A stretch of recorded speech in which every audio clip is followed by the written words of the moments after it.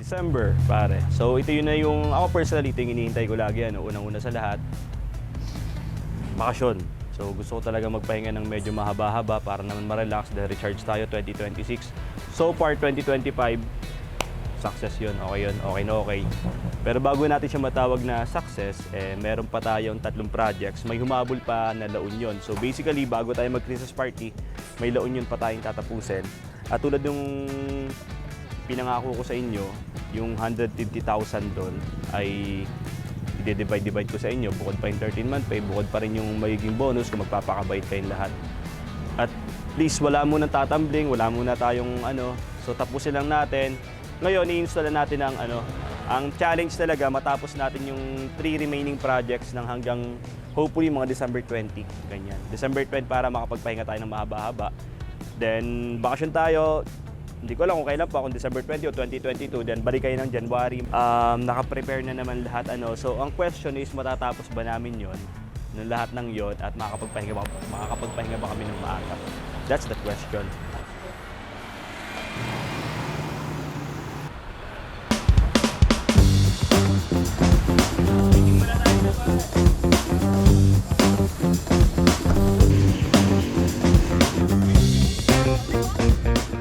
Medyo pressure sa amin to kasi kami sa shop naka-calendar lagi yung project namin. Usually we can only cater 3 to 4 projects a month. Isang buwan na yun. Minsan walang pag sobrang laki talaga niya. Pero ngayon, since 3 agad nung magsasabay-sabay kasi may target kaming bakasyon na araw, December 20, December 18, ganyan. So talaga magpahinga na. So ngayon, medyo pressure kasi hindi namin kung paano namin makukuha yung date na yun. Given na naka-line up yung project, so kailangan talaga siya ng magandang plan of attack. So, mahahati na yung team ng magagaling. Unlike before na talagang medyo talagang kalat na kalat, kaya naging lesson learned sa akin yun, tumagal lalo siya. So ngayon, hopefully matapos dun siyaong ng mga December 9 or 10. Next natin yung sa supplies naman, sa materials. Ang plano ko ngayon, ordering ko na lahat. Dati kasi per project ang order ko talaga para at least yung cash on hands ko, ma-monitor natin ng maayos yung finances. Kasi pag nilahat ko, tatambakan ako ng inventories. Una-una, storage sa shop, kulang, and then tapos wala kang sayang yung cash on hand na i-stock lang sa shop. So ngayon, ang plano ko, ordering ko na muna lahat at yun agad, may lumabas agad na problema, order ako ng boards, out of stock. So ngayon, yung admin ko doon, pinapahanap ko na ng supplier para kailangan ko target ko mapadeliver ko lahat, boards, laminates, accessories, quartz ngayon. Pero waray ko, Walang tatamaan. waray ko talaga kung pag ng biga, harang talaga. Dito? Isilipin na. Palabas? Kung harang doon Pwede naman. Ganito na lang boss, para di mapiktuhan yung iba. Iikot kami doon, bababa, tapos gagawin ulit. Pwede rin yun. Baka may malipasan na 2 module, Pwede rin yun. para hindi na mapiktuhan yung dalawa.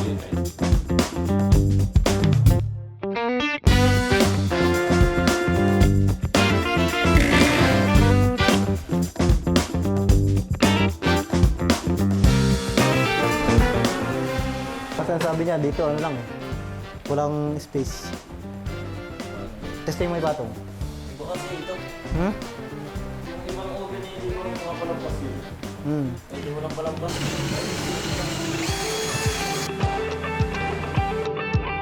Mamili ka lang dito kung saan tayo naglalagay ng condiments. Dito po. Parehas naman yan. Dito ang 300 condiments. yan. Parehas 300 yan.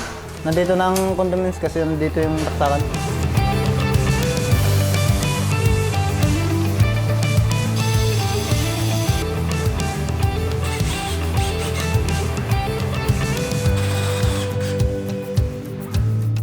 At ayun, we're done.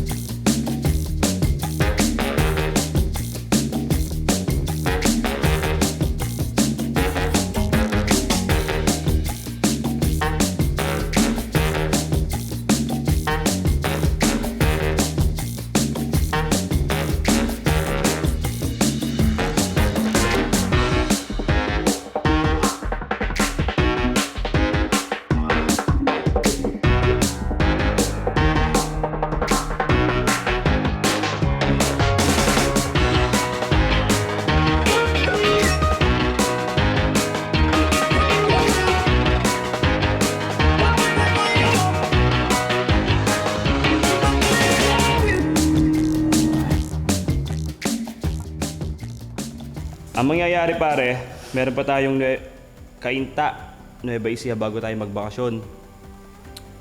So ang plano, ginagawa niya na JB sa shop yung kainta. 12 ano? Sabi ko? 12, 13, 14, 15. 4 days pare malamang may kalalagyan na yun. Yung kainta. May kalalagyan yun, malamang may pinto na yun, ganun. Doon sa 4 days natin doon, yung laon yun, tinitira ni JB. Tsaka yung pinto ng kainta. Malamang. First day pa lang, tinitira na. Oo. Kumpleto naman tayo ng materialis sa doon eh. Okay na naman doon eh. Kumpleto na yun. Number 16, lipad naman tayo ng laon yun. 16, 17, 18, 19, 20, 21, 22. 7 days, kaya bang tapusin yung laon yun? Sobra-sobra na yun. Sobra. So, on track pa tayo. On track pa tayo sa schedule, Kasi ang target natin bakasyon mga December 22. Lamang pa tayo, Lamang pa. Hindi naman sa lamang, medyo tagilid na rin. If ever hindi yung team na to hindi matapos yung kainta, malamang kasi finishing na lang yun, linis-linis. Ang maiiwan doon, si Soren, si JB, si Joshua, si Renson, si Kim. Sila yung magpipinish. Yung the rest, lilipad na ng La Union. Okay, so bumalik ako dito sa Lucena, dun sa main manufacturing shop namin, Kumbaga sa concert tour ng mga banda is last leg, okay? Last project for 2025. Papunta na kami ng La Union, so isasama ko na yung production team ko. Sila yung sasalo ng Kainta project namin. Almost done na naman yung Kainta project namin for last 4 days. Ayun, sila yung sasalo para ma-finish. And then yung team ko sa Kainta, sila naman yung lilipad pa La Union today. So game, tara!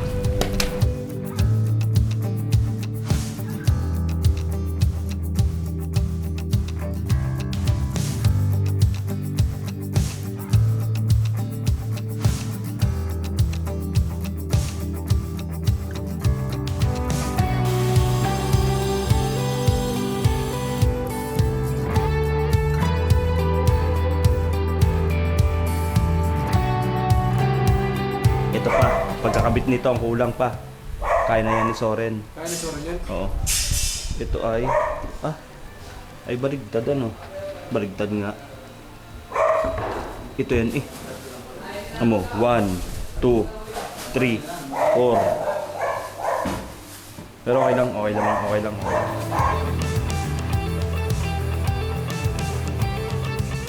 Ayun. Pero kung gusto niyo makita yung sa Kainta nga pala na finish project, andito siya.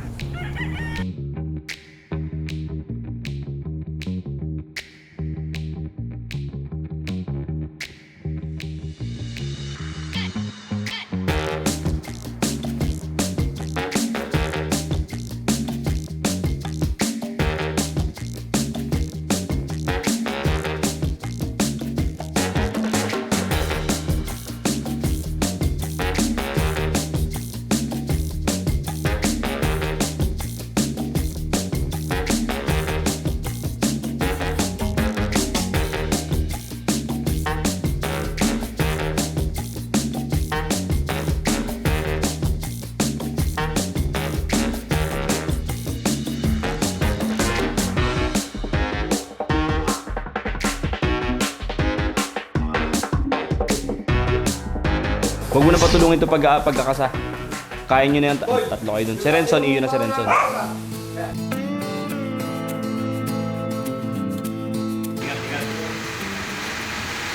kayo pare. Sige.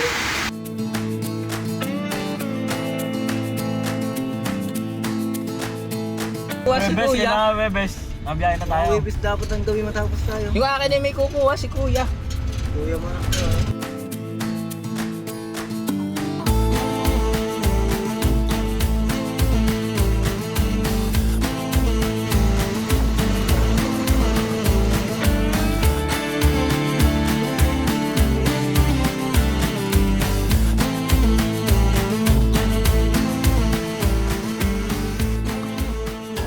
Sige boss. Papabili na kay Balbon. Ay, yung Milamin na lang. Sayang, mga kapusindahin. Sige, papabili na lang ng 2. Ang ibig ko sabihin, pare, may sasend akong picture ha. Check mo tapos naman yan. Sige po.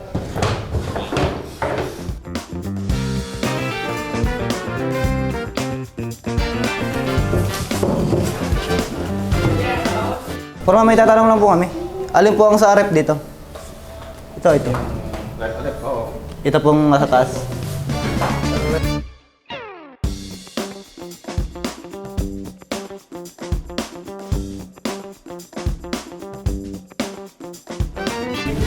Kasi dating plan kasi yan, nag-revise sila dito kasi kung may pumuntang tao nyo dito, rinevise yung mga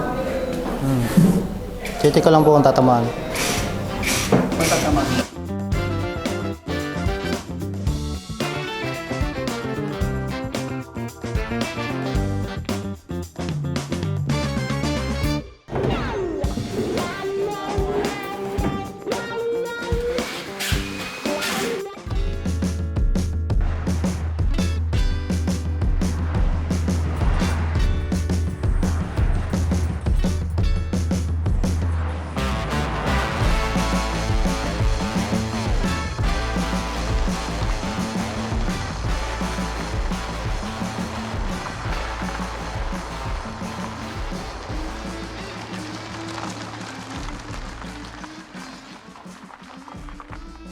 Okay, so we just got here sa La Union. Yung sinamahan ko yung yung finishing team ko sa Cainta. Natapos siya kahapon. And then sumunod na kami dito sa La Union para masuportahan yung team dito. So far naman, nakakasana siya lahat. Pipintuan na lang, may bato na rin siya. Mayroon lang problemang medyo malaki kasi hindi compatible yung nabiling sink ni Bossing dun sa actual na sink kasi may mga bar siya, yung mga modern na type ng mga piano style, hindi compatible siya. So yun pa yung sinusolusyonan namin kung paano siya masusolusyonan. Ang problema, nakakasana yung bato, nakadikit na yun. So kung tatanggalin, tapaltan ulit siya, sobrang trabaho na. So yun yung nagpapastress sa akin ngayon. But ang target kasi namin, tapusin namin ngayong araw na to. And then bukas gabiyahe na kami kasi masyadong malayo din yung biyahe.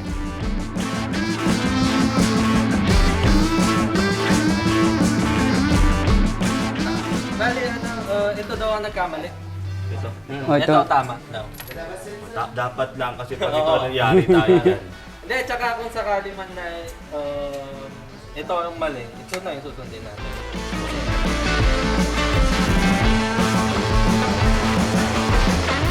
So after all the challenges, mga problema, deadlines, pressure, away, yun, it's done. Okay? 3 projects ng mga 15 days. Tapos na. Makakapagpahinga na kami, makakapagbakasyon na kami, makakapag-Christmas party na kami. So, check niyo yung project dito sa La Union.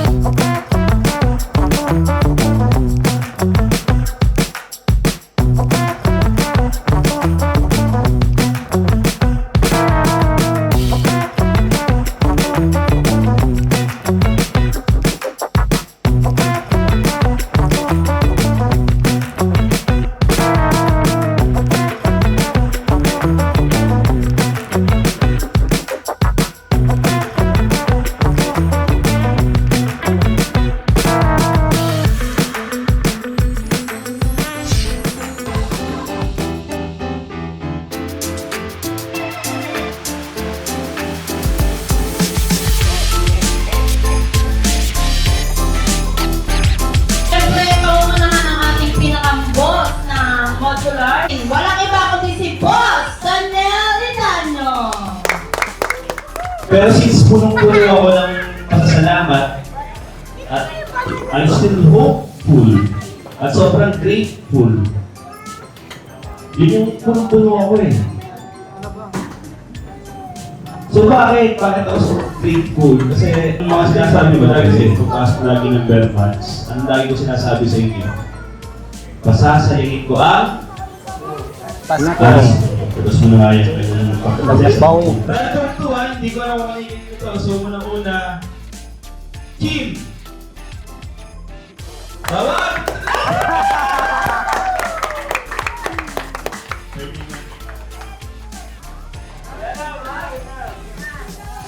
Bogart! Bugart! Kung itong mga example natin, huwag na kayong magsabihan. Pwede naman kayo magsabihan kung magkano kuha ng bonus. But then again,